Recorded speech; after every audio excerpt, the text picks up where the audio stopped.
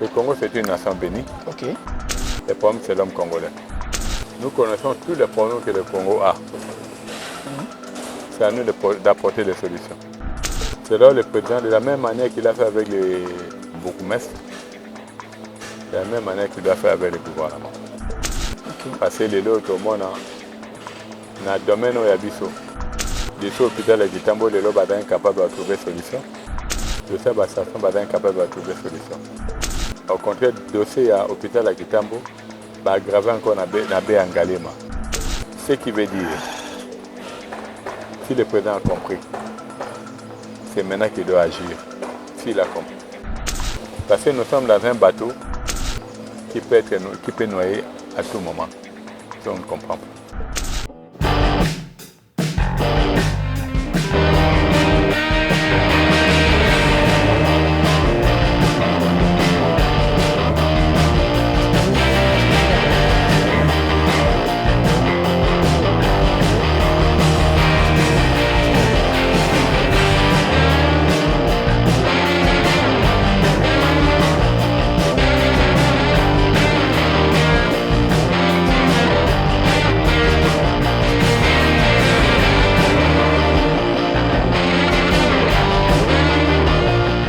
Fidèles téléspectateurs, bonjour. Bonjour, bonsoir, ça dépend de l'heure à laquelle vous nous suivez, de partout où vous êtes. Nous vous disons merci de vous abonner très massivement dans votre chaîne Totonga Congo. Totonga Congo est ma chaîne Oyo.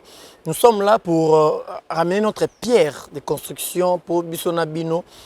Tomeka kotombola kita ya ekolo na biso, tomeka kotombola mboka Oyo.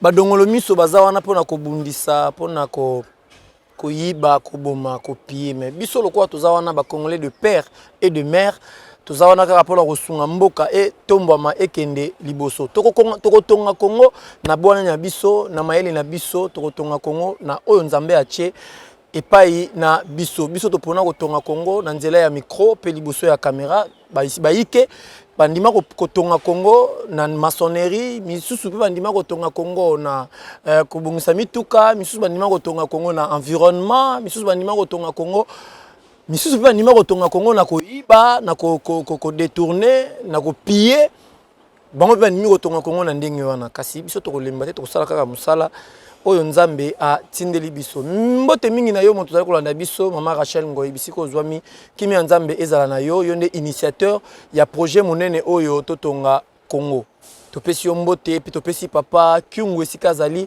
mbote mingi kimi ya nzambe vraiment et bilabino na meni du jour na biso ya mokolo lelo émission ya lelo tokolobela makambo mibale tokobakisa moko tout au long il y a émission mais kasi mibale wana ezali mwana mboka F Bazaiba ministre ya environnement à lobby mboka na biso RDC ezali bien positionné du côté diplomatie et puis du côté environnement kolandisa makambo oyo tukoleka ya COP 27 tokobeta masolo wana na invité na biso ya mokolo ya lelo aussi conflit ethnique oyo ezali na kati ya Grand Bandundu to benga ngo Grand Bandundu conflit entre ba teke na ba umbu na ba conflit teke yaka allais-je dire conflit wana to beta suma sona parce que lobi eleki to yoki susu mbela kuna ke 27 morts et eleki kuna to mekama ko partager makanisi mokena invité na biso ya mokolo lelo yenani ye monsieur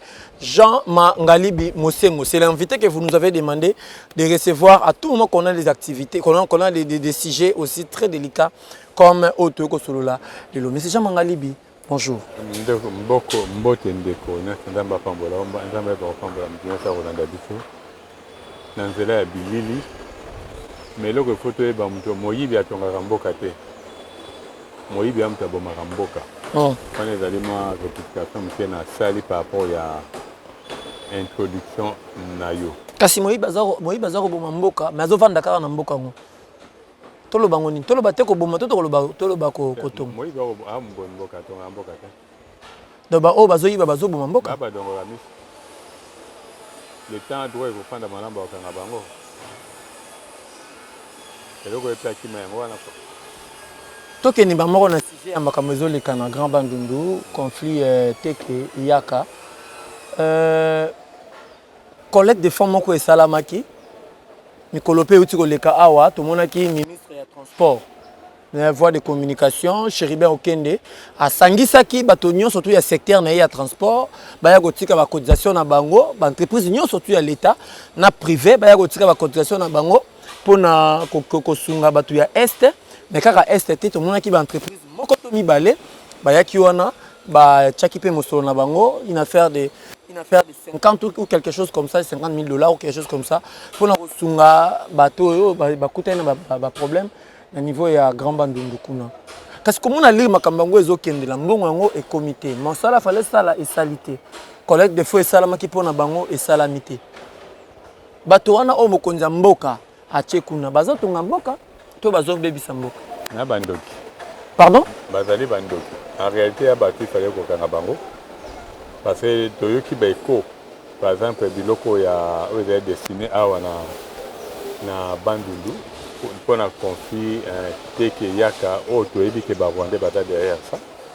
Ata toko connaît le système secret de polichinelle, mais c'est fait que ndamu ba de comme ça qui on a côté à Nyoki. Et comme il y a personne n'est inquiété, on continue à collecter. Il va arriver un moment il faut arrêter de collecter. Parce qu'une fois c'est collecté, c'est détourné, les détournés ne sont pas inquiétés. On fait quoi? Il faut arrêter. Ou on arrête les détournés, les gens continuent à donner. Ou on dit, continue à donner, nous on va détourner. Parce que quand il y a Babilo, il y a Makile à Batou, il va qu'il et comme il y a un Nyoki Negeni. Bon, là il faut, je connais des services de renseignement. Est-ce que Nyoki a concerné na collecte wana? La maman est concernée. Mais Nyoki fait partie des Maïndombe. Maïndombe, mais conflit que Yaka n'a rien à voir avec Nyoki. Mais les gens meurent aussi dans Maïndombe. Non, c'était pour les sinistrés. Ok. Ça n'a rien à voir avec la situation autour de la Maïndombe et Anjala. Comme on est là, biloko yo batu bakimi, bazangi besika olala, bazangi bamemeli bango.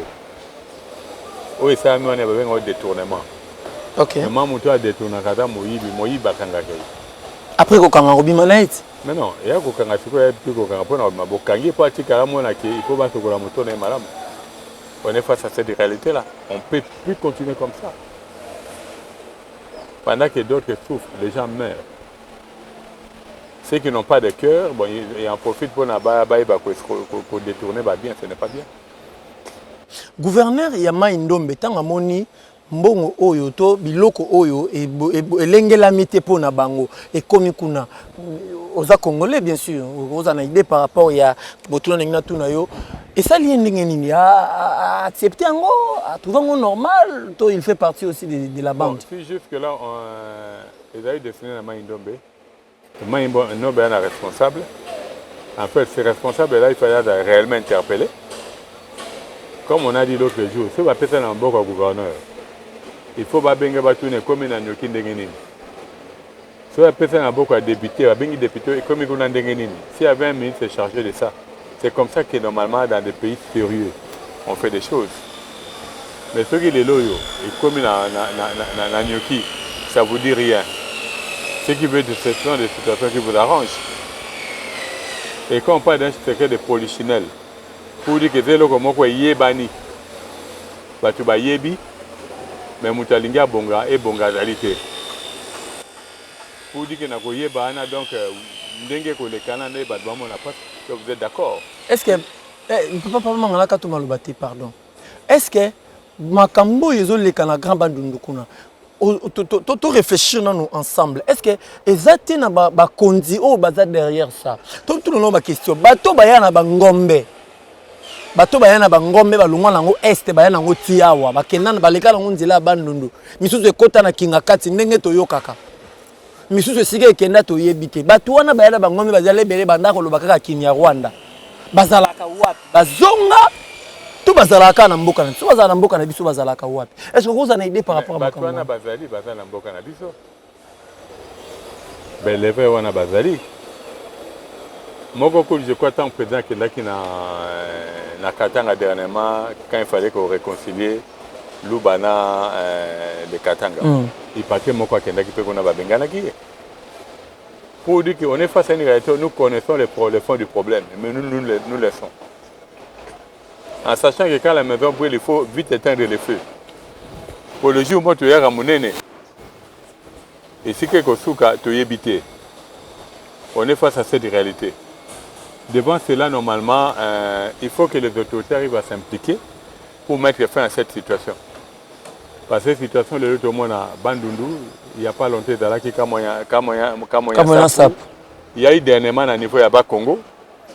Il y a des rumeurs que les Rwandais sont à la frontière entre Kinshasa et niveau de l'Équateur. On est face à toutes ces situations. Et que ce doit être comme généralisé. Mais c'est quoi pour Nini? Attention, na biso nyon surtout, ils ont focalisé na est de la République démocratique du Congo. Wapesika Paul Kagame na badongolomi sonaye ya M23 bazako terroriser, bazako continuer ko faire face na FRDC, quand bien même FRDC pas za on a pour la ko beta mando qui pour la ko bundisa bango pour la ko pesa biso elonga, mais Kagame pe azako tikate. Donc tu attention na biso to tchango nyonso kuna. Pendant que ailleurs aussi, il y a les Rwandais que nous soupçonnons, il y a les Rwandais que nous tala, mona, n'engeni bazako s'infiltrer dans mboka na biso. Est-ce que tout ça, le service de renseignement na biso, ils ont informé ou pas?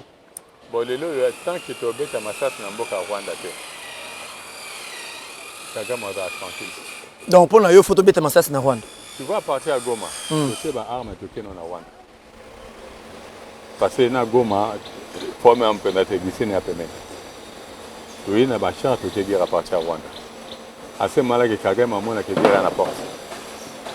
Mais ce tour le bateau connaît des gens qui sont débrouillés. Tu sais, c'est un peuple rusé. Il croit que malin en réalité il est rusé. Une personne rusée, il faut être malin sage à son égard. L'autre monde que chaque fois il y a cette histoire des accords. Il a ramené nini. Bango va se réorganiser. Donc maintenant, on va oublier, Bango va réapparaître. Donc on est face à cette situation où nous ne devons plus entrer dans le jeu des accords ou zones tampons. Non. On est arrivé à un niveau, normalement, nous devons officiellement aller en guerre avec le Rwanda. Aller en guerre ou aller combattre le Rwanda chez eux? Parce qu'aller en guerre, Kagame Alobaki, le pays n'a pas mouké, il va supporter la guerre. Si la guerre, le pays n'a pas mouké, il va supporter la guerre. Ça, c'est Congo. Il y a un habit, l'endroit où il est plus proche. Il est dans la Goma. Le Tchemindu qui est dans la Goma. Pour le moment, on a quand même déterminé. Non, je crois qu'il y a une situation d'aller le plus simple qu'on peut faire aujourd'hui. Ok.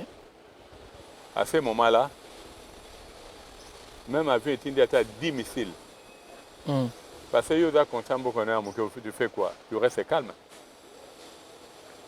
Mais si tu es en train de terroriser les autres, parce que tu sais que la communauté internationale est derrière toi, on fait quoi?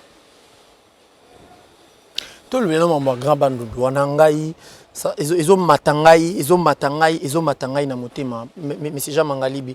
Si dès que les spectateurs ce dossier est en train de brûler mon cœur, je ne supporte pas voir est-ce que Rwanda ba Rwandais est-ce que bazana SRV démocratique du Congo na Bandundu rapport ni nezali pour ba Rwandais ba se retrouver kuna ba banda kosala ou bazo sala kuna parce que bato baza à la hauteur il y a conflit tekeyaka. Ce sont nous sous-entendons et puis nous sommes en train de penser à haute voix. Ce sont les gens qui ont amené Bangombe na mboka na biso. Bato ba Bangombe na mboka na biso ba vandaka wapi? Bazonga nzela nini? Bazo sala nini?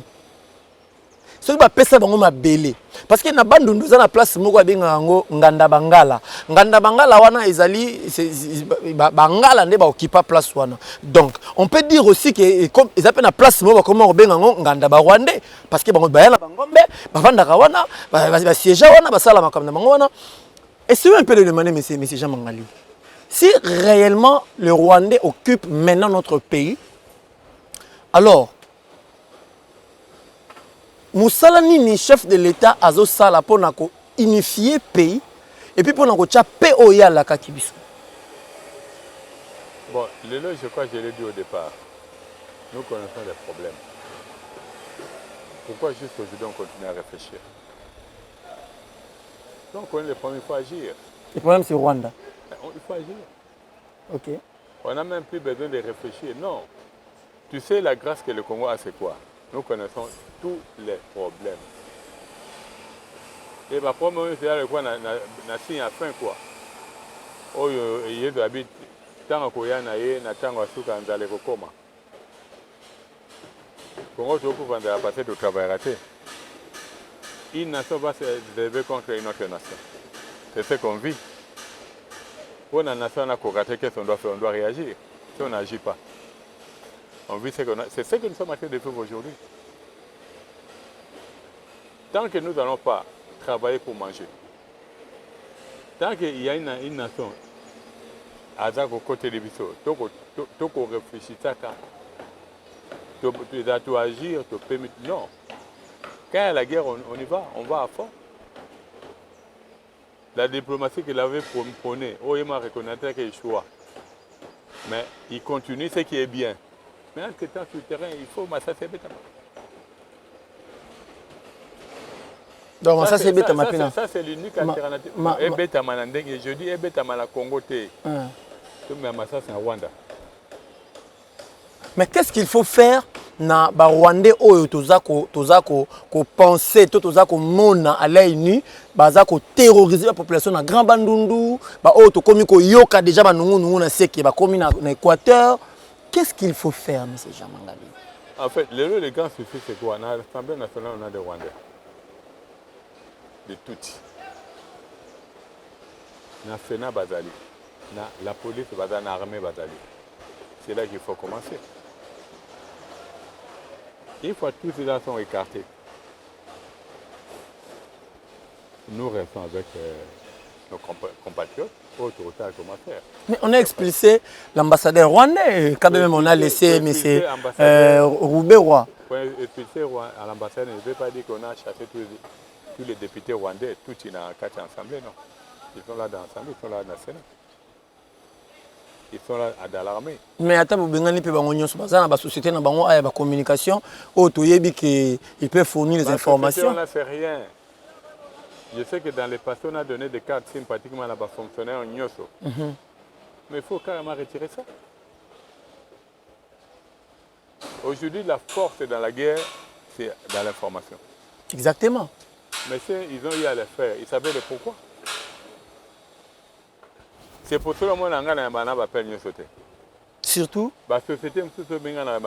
Surtout.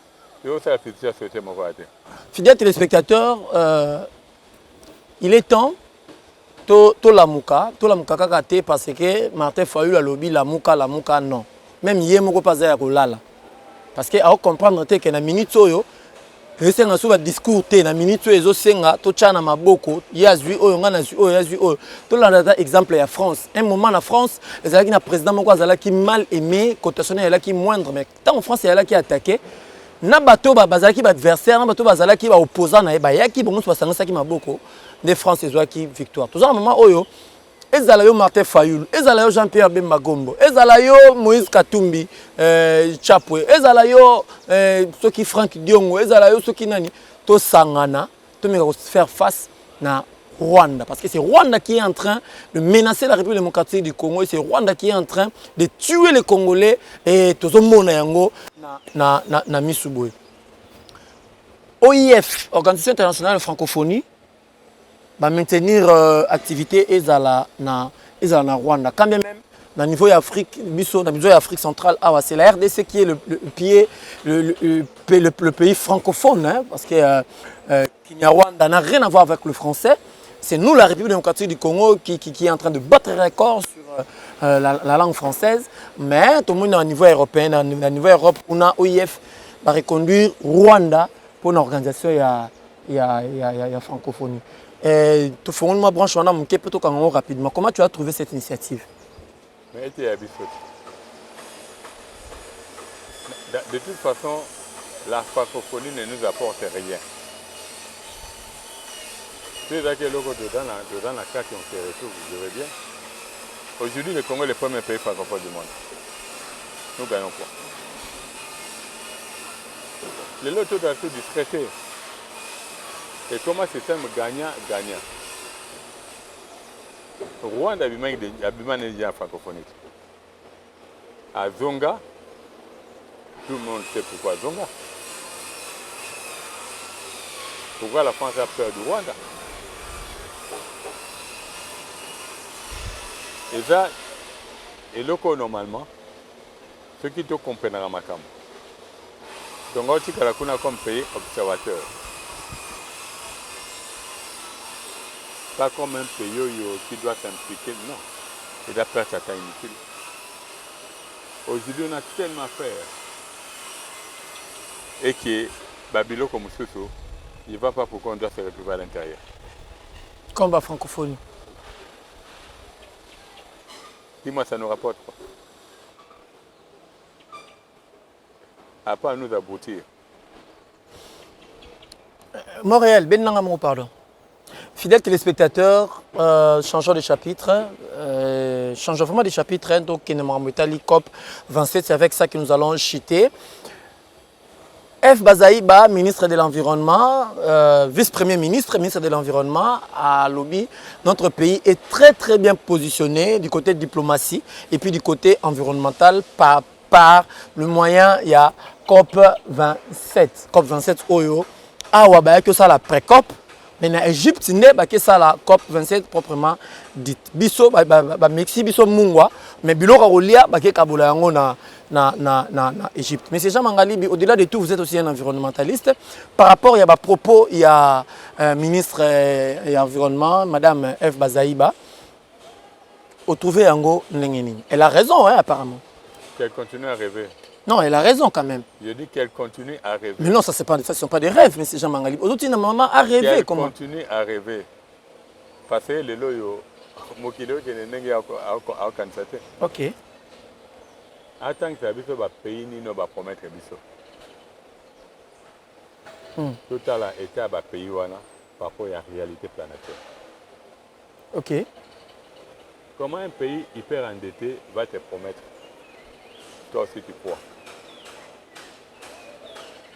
Ok. On est face à cette réalité. La majorité des pays va promettre rien. La situation à l'est, ils sont derrière Rwanda. Ce sont des distractions que nous devons quitter. Comme je l'ai dit la fois passée, nous devons être présents à la conférence Bongo comme des observateurs.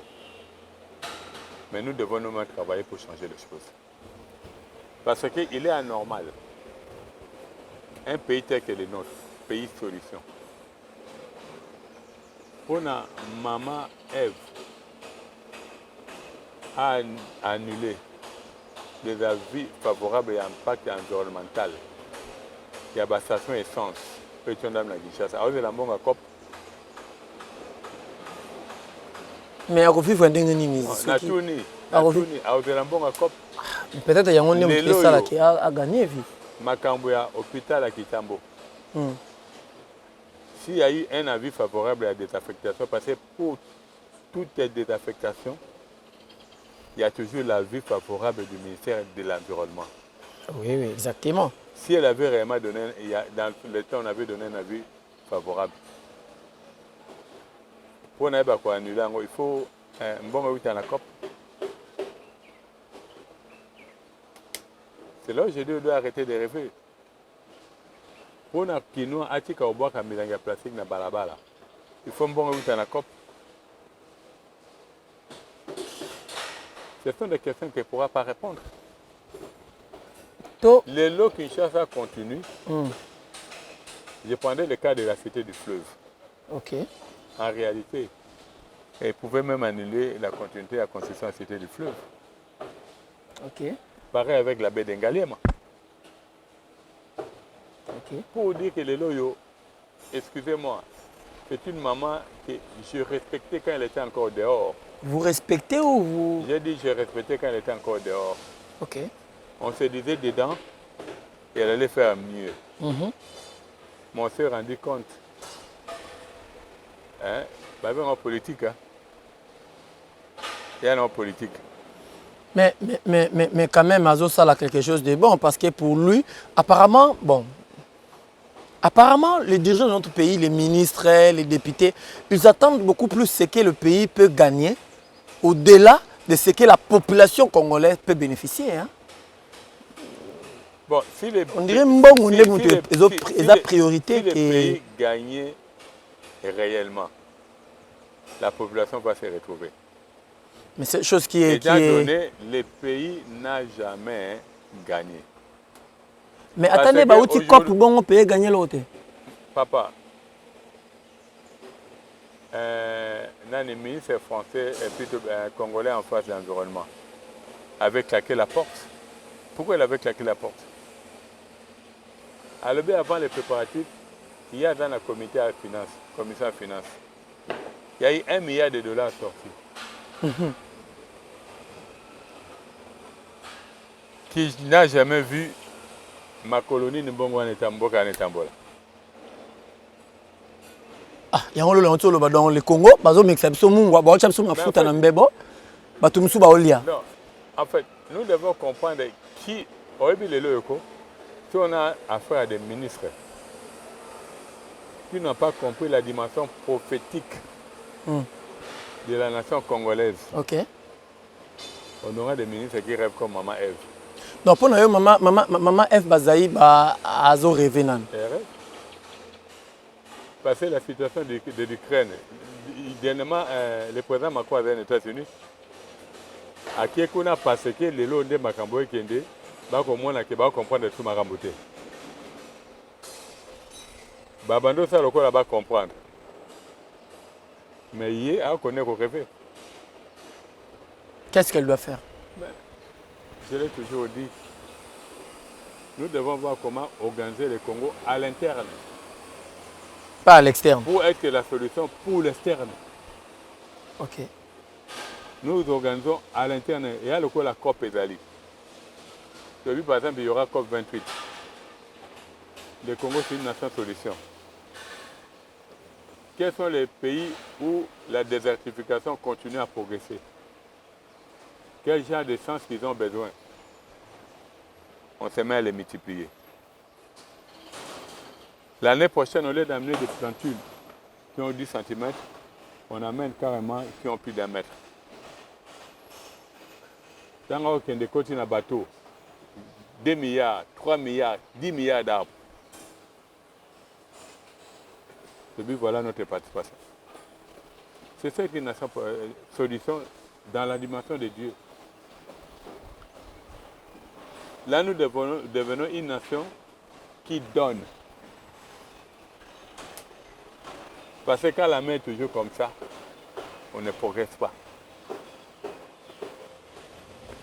Okay. Aujourd'hui, nous n'avons plus besoin de ministres qui auront tout le temps la main tendue.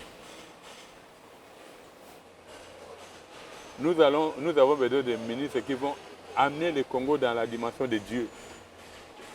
Ce qui fera, c'est que le Congo puisse devenir la bénédiction pour les autres. Naba warrior nyon sotu za ministre mote oyo moneka otambisa makambo solo. Natuni ngande natuni o question papa manga. Naba warrior nyon sotu baza a ozana ministre moko te oyo. Soki yo yebi ça va. Yo yebi? Soki yo yebi ça va. Yo yebi moko? Yabi soki yo yebi. Te yo yebi ata moko te. Ngana moni moko te. So yo yebi o lakinga yi. Didier Boudimbo. Ouais, na hydrocarbure. Hydrocarbure. Quelle la situation à Suyanino il y a l'usine qui exploite la société Perenco. Il y a la station essence. Moulin de Sakon. Là, c'est encore grave. Plus mobile. Mau encore. Plus mobile. Mau encore. Ah! Mais en fait, ça, en réalité, je suis atteint de la Gombe Figueroa. Tony Mwaba. C'est un niveau enseignement. Donc, yo azate. C'est la réalité. Le président est mal entouré. Même par ses gouverneurs, dis-moi. Quel gouverneur? On prend le cas de la ville province de Kinshasa. On est en train de voir là où il n'y a même pas de mots. On croit qu'à changer les bourgmestres, ça va changer les choses. ça va rien changer. Mais dis-moi, où y a sali, kocha ba jeune, na commune. C'est quelque chose de bon. Kocha ba jeune, à rajeunir quand même. Le problème, kocha ba jeune, c'est bon. Mais quel programme que tu as pour que les jeunes arrivent à travailler? Quel est le cahier de charges que tu les as mis, que tu les as donné pour un bon rendement? Pour qu'il y ait un bon rendement, toi-même tu dois être un bon leadership. Si tu n'es pas un modèle, tu attends quoi de bourgmestre? Ok. Donc, à ça, il y a un punda. Bourgmestre, ça va comprendre. Oh, dans l'esprit, il y a Tengelito quand il était bourgmestre. Il peut changer les données. Ok. Bourgmestre, ça va comprendre. Oh, que là, tu as l'esprit, il y a Tengelito. Parce que Tengelito, bourgmestre, les injonctions du gouvernement central, ils disaient non. Je reprends le chef de l'État, je n'exécute pas. Parce que ça va à l'encontre de l'intérêt de la commune. Mais Tengelito, au ministre de l'Intérieur, il fallait qu'il y ait un bourgmestre en Arabie. A baby to abongi siko. Na lobby fallait qu'il y ait un bourgmestre. Kasina tunyo mutuna a baby to abongi. Il fallait qu'il y ait a baby to abongi. To comme na suka. Vous avez un dernier mot? Nzamba Pambola Mutuna Salande mission. Ok. Le Congo c'est une nation bénie. Ok. Le problème c'est l'homme congolais. Ok. Nous connaissons tous les problèmes que le Congo a. C'est à nous d'apporter des solutions. Ok. C'est là le président, de la même manière qu'il a fait avec les bourgmestres, de la même manière qu'il doit faire avec le gouvernement. Okay. Parce que les autres, dans le domaine où il y a biso, des hôpitaux de Kitambo, les gens sont incapables de trouver solution. De ces stations sont incapables de trouver solution. Au contraire, le dossier à l'hôpital de Kitambo va aggraver encore la baie en Galema. Ce qui veut dire, si le président a compris, c'est maintenant qu'il doit agir, s'il a compris. Parce que nous sommes dans un bateau qui peut noyer à tout moment, si on ne comprend pas. On si le bateau arrive à noyer, normalement le commandant Moutandima s'est sacrifié pour le bateau. Il est là pour sauver le bateau Congo. La main de Dieu est dans le Congo. S'il comprend les enjeux, il verra qu'on va s'abuser par rapport à tout ce qu'on a compris. Ok. Zamba Pambolaï. Paul Saïna Boigna par rapport à grâce à Danamou. On a un chef de l'État. Merci. Mouton ça va connaître Salamabe. Arga Salamabe connaît Salamabe. Oui, avant de Salamalamu.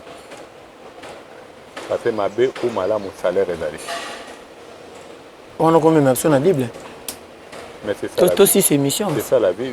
Toi aussi c'est mission. C'est ça la vie. Oui, monsieur Silio, comment on a la Batumabé? Et monsieur Silio, comment on a la Batumabé? Comment on a prophète des malheurs? So sala kamabe kono sala mabe. So sala malam kono sala malam. Nani po na yazo sala mabe. Na pesi 3 minutes. Tangata 2 personnes. Pardon? To bandi ngobila. Ngobila nda sala mabe. To bandi na yobi 3 personnes. 3 bandi personnes. Ngobila na ke na sakomi. Na ke maman Eve. Na ko continuer so lingi. To si c'est mission. To ke na sakomi. To si c'est mission. A continuer. Continue. Asukiana. Fidèles téléspectateurs, c'est par ici que nous terminons notre émission.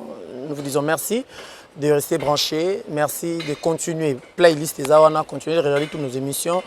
Continuez de vous abonner, de partager, de nous laisser vos commentaires, vos suggestions. Aimez, partagez massivement l'émission Nabiso. Nzambe aozanga te ko pambola yo. Mania mususu pona yo ko tonga Congo. Eza pe ko partager lien oyo. Eza pe ko partager émission pona bato mususu bazana bo sosolité. Bazwa pe bo sosoli, bazwa pe boania, ba pe lo lenge nini bango moko ba ko mitambisa malamu pona ko sunga mboka na biso etombwama ekende pe liboso etongama paix. Maman Rachel Ngoyi, merci mingi pour na ba effort nous allons ko sala yo na papa Kyungu. Nzamba lola apambola bino. Au revoir.